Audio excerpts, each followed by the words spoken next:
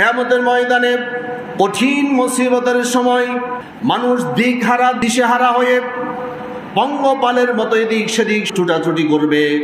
মানুষ শুধু একটা বিষয় তালাশ করবে, আল্লাহর অনুগ্রহ। আল্লাহ রাব্বুল আলামিন যদি আমাকে একটুখানি অনুগ্রহের ছিটেফোঁটা দিয়ে আমাকে কবুল করে নেয়, তাহলে আজকে আমার মুক্তি, না হয় আমার কোনো মুক্তি মিলবে না। এই কঠিন পরিস্থিতির মধ্যে হঠাৎ করে আল্লাহ রাব্বুল আলামিন ডাক দিবে, আমার প্রতিবেশীরা কোথায়? আমার প্রতিবেশীরা কোথায়?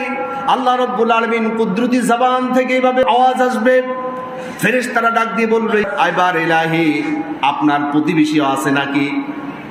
আপনার প্রতিবেশী হতে পারে এমন যোগ্যতা কার আছে? আল্লাহ সুবহানাহু ওয়া তাআলা সেদিন বলবে, যারা মসজিদ আবাদ করেছে তারাই আমার প্রতিবেশী।